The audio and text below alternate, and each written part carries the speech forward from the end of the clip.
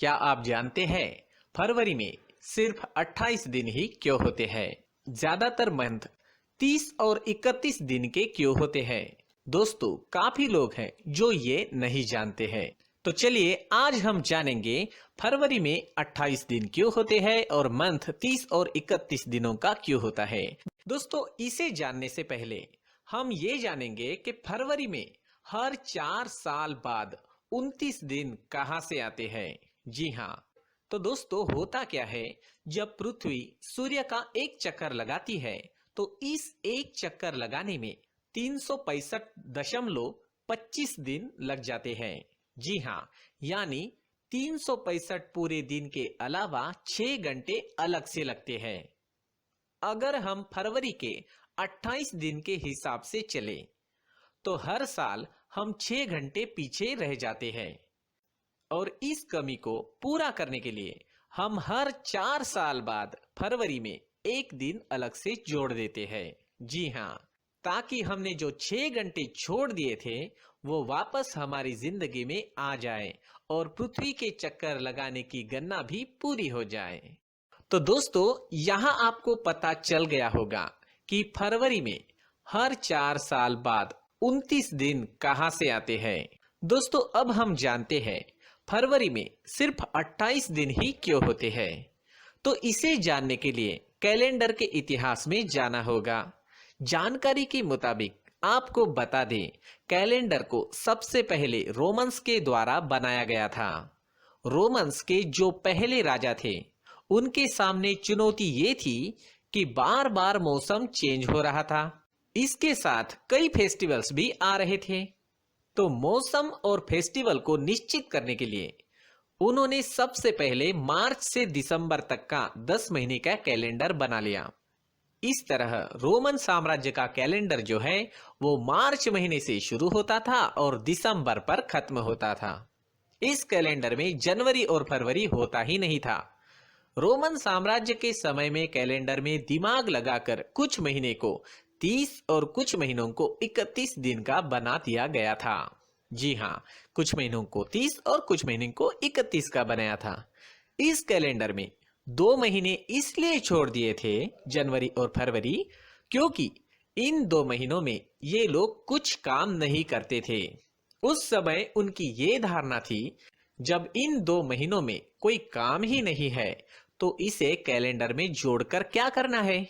लेकिन कुछ समय बाद इनका कैलेंडर गलत साबित होने लगा, क्योंकि 10 महीने होने के कारण मार्च में जहां पहले गर्मी होती थी तब उसी मार्च को सर्दी आने लगी थी और उस वक्त उन्हें यह समझ आ गया कि जो 2 महीने ये छोड़ रहे हैं वो गलत है। इसके बाद रोमन्स में नया किंग आया जिसने कैलेंडर में 2 महीने और जोड़ दिए। इसके कई साल बाद रोम के तीसरे किंग ने जनवरी और फरवरी महीने को मार्च के आगे लगवा दिया, क्योंकि इन 2 महीनों में सर्दी होने के कारण कोई काम नहीं करता था। जी हाँ, कोई भी काम नहीं करता था। लेकिन दोस्तों, फरवरी मंथ ही 28 दिन का क्यों बनाया गया? अगर ये देखा जाए तो शायद सबसे लास्ट में ये महीना बनाया गया था।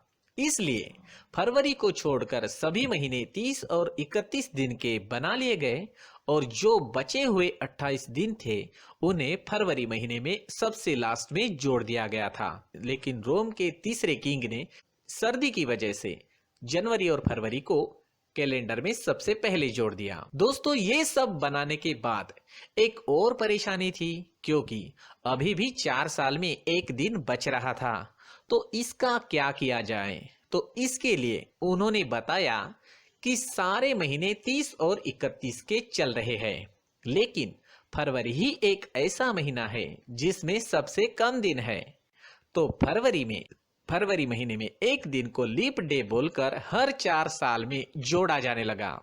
तो इस तरह हमें सही कैलेंडर मिल गया जो आज तक चल रहा है। तो अब आप जान गए होंगे कि फरवरी में सिर्फ 28 दिन ही क्यों होते हैं, बाकी मंथ 30 और 31 दिन के क्यों होते हैं, ये किस तरह चलता है। नमस्कार दोस्तों, क्या आपने कभी सोचा है संडे को ही छुट्टी क्यों होती है? जी हाँ, संडे को ही छुट्टी क्यों होती है? दोस्तों, वीकेंड का इंतजार तो सभी को रहता है। क्या स्कूल, क्या कॉलेज और क्या दफ्तर। हफ्ते भर काम के बाद जब संडे की आहट होती है तो मानो खुशनुमा हवाएं चलने लगती है, कानों में संगीत बजने लगता है, मन और शरीर दोनों हल्का लगने लगते हैं। आ हा हा। लेकिन संडे को फंडे बनाने के बीच क्या कभी ये सोचा है कि आखिर रविवार को ही छुट्टी क्यों होती है? दोस्तों, ये अंग्रेजों के जमाने की बात है। जी हाँ, किस्सा बड़ा मजेदार है। असल में जब भारत गुलाम था और देश में ब्रिटिश शासन था, तब एक मिल थी और उस मिल में काम करने वाले मजदूरों को एक दिन की भी छुट्टी नहीं मिलती थी। जी हाँ, उन्हें एक दिन भी छुट्टी नहीं मिलती थी। उन्हें सातों दिन काम करना पड़ता था। जबकि हर रविवार को ब्रिटिश अधिकारी चर्च में जाकर प्रेयर करते थे, यानी उन अधिकारियों की छुट्टी होती थी। लेकिन मजदूरों के लिए ऐसा कोई नियम नहीं था। दोस्तों, उस समय मिल मजदूरों के नेता थे श्री नारायण मेघाजी लोखंडे। उन्होंने अंग्रेजों के सामने साप्ताहिक छुट्टी का प्रस्ताव रख दिया और कहा कि 6 दिन काम करने के बाद मजदूरों को भी सप्ताह में एक दिन अवकाश मिलना चाहिए। लोखंडे जी ने तर्क दिया कि मजदूरों को हफ्ते का एक दिन अपने देश और समाज की सेवा करने के लिए मिलना ही चाहिए।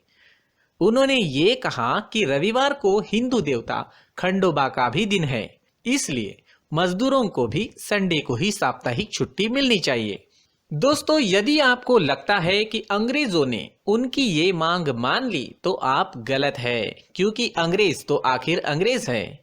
मजदूरों पर जुल्म और ज्यादती करने के लिए मशहूर ब्रिटिश अधिकारियों ने इस प्रस्ताव को अस्वीकार कर दिया था।